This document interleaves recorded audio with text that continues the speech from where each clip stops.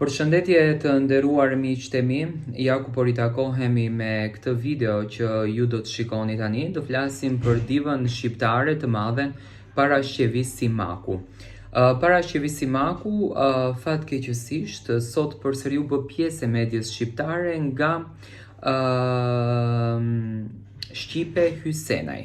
Shqipe Hysenaj është në qendër të vëmendjes, e cila foli për Parashqevis Simaku në gjuhën më të ulët.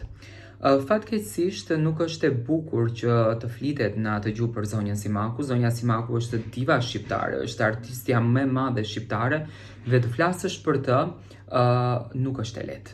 Të flasësh vetëm gjëra të bukura por të flasësh gjëra që foli Shqipja mendoj që është e tepërt. Dëgjoni se çfarë thot Eltoni Liriani për këtë rast. Më dërguan me mira mesazhe për një askush që kishte broçkullitur gjërat nga më të neveritshmet për Parashqevis Simakun. Domethënë, ki je në punën tënde, je angazhuar, dhe shikon edhe dëgjon shmendurira, shpifje, llafe që nuk janë të vërteta, patjetër, sepse më kanë shkruar shumë njerëz, shumë djegës, edhe më vjen shumë keq që më duhet të flas për këtë gjë, ndërkohë që mund të flisnim për gjërat e tjera, për se si mund të rikthehet Parashqevia, të ketë një jetë më të mirë, si të rregullohet jeta e saj, etj, ndërkohë që duhet të merremi me këto llafazanët e Shqipërisë. Më vjen shumë keq që duhet të flas për këtë, po duhet të reagoj për arsyen e vetme sepse kam marrë shumë mesazhe me mira, të cilët janë të indinjuar. Tani për një person që do Parashqevis Simakun si nënën e vet, është shumë e vështirë që ta përmbaj veten dhe të mos i rikthehet askushit në fjalë ose askushve apo personave që janë askushër dhe që përpiqen t'i veshin vetes një profesion. Më vjen shumë keq, por nuk do t'u jap të kënaqësi, nuk do të reagoj duke i ofenduar dhe duke i përmendur me emra dhe nuk dua t'u bëj as reklam. E kam menduar gjatë dhe kam vendosur që çështjen e rastit në fjalë të një shpifësie bisede, një marrëzie, një mashtrimi, një përbaltje kundër Parashqevis Simakut, ikonës së muzikës shqiptare dhe legjendës së shqiptarëve, më vjen keq, por nuk do t'u jap të kënaqësi. Nuk do t'u jap të kënaqësi, po do t'ju tregoj më vonë se çfarë do bëj. Si e thash edhe më parë, nuk do të merrem publikisht me këta abuzues dhe me këta askushër, por do ta çoj çështjen në gjykat. Më kanë informuar avokatët e mi që në Shqipëri rastet e shpifjeve dhe përbaltjeve ndiqen në gjykat. Më duket se ka dhe një ligj të ri që është edhe më i rrept kundër përbaltjeve dhe shpifjeve. Dhe në rastin e Parashqevis Simakut, kjo është edhe më e rëndë sepse ajo është edhe në një gjendje të caktuar emocionale, të cilat do t'i faktojnë në gjykat në Shqipëri. Për fat të mirë të këtij rasti unë do të jem në Tiranë pas javës së modës në Paris ku ndodhem dhe besoj se do të ndjek këtë çështje deri në fund. Pra, të gjithë dashamirësit dhe fansat e Parashqevis Simakut i siguroj që unë do ta çoj çështjen në gjykat. Aty ku e meriton të shkojë ky person. Por le të diskutojmë pak fenomenin e ri në botën e spektaklit edhe të artit shqiptar, ku njerëzit përpiqen të tërheqin vëmendje dhe për këtë vëmendje janë në gjendje të bëjnë çdo gjë. Janë në gjendje të ecin mbi trupa të vdekur, janë në gjendje të mos respektojnë ceremonit mortore, janë në gjendje të mos respektojnë asnjë standard njerëzor. Dhe këtë bëjnë sepse janë askushër. Janë njerëz pa talent, janë njerëz që nuk i japin një gjë karrierës së tyre apo janë persona që mund të quhet produktiv. Dhe prandaj e bëjnë këtë gjë. Unë nuk dua t'i ofendoj sepse mund të jetë një profesion i ri. Pra, mund të jetë një profesion i ri i të qenurit askushi. E kuptoj tani social media kanë nxjerrë në sipërfaqe çdo lloj karakteri dhe personazhi, por kjo nuk i bën ata profesionistë.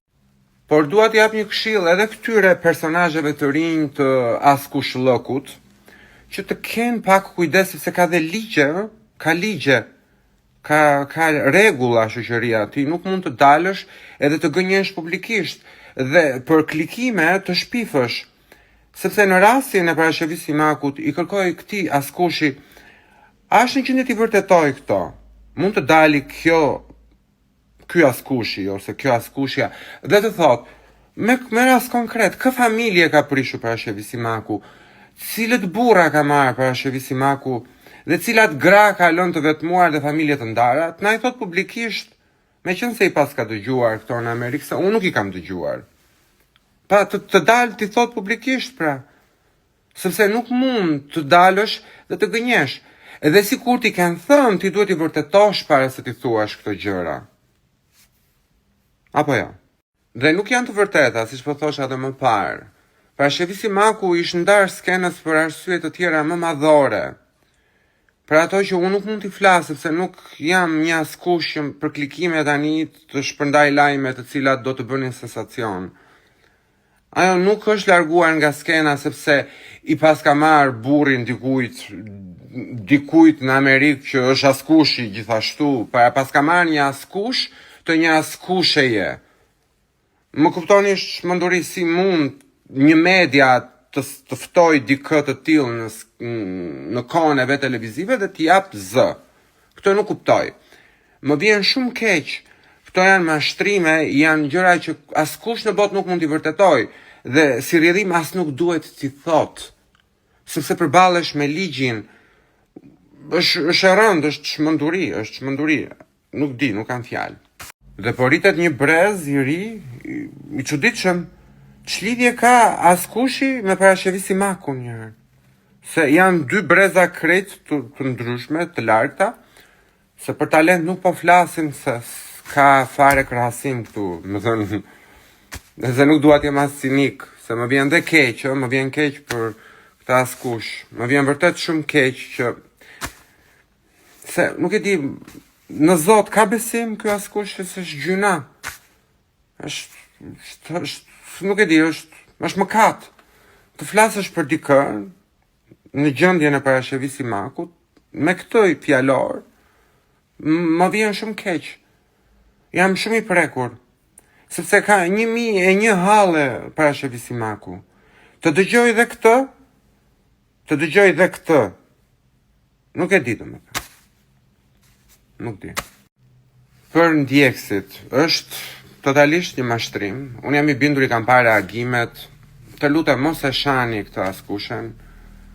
Lëreni në botën e saj, se gjuna, domethënë, unë mendoj që duhet kemi besim të Zotit dhe ti falim këta.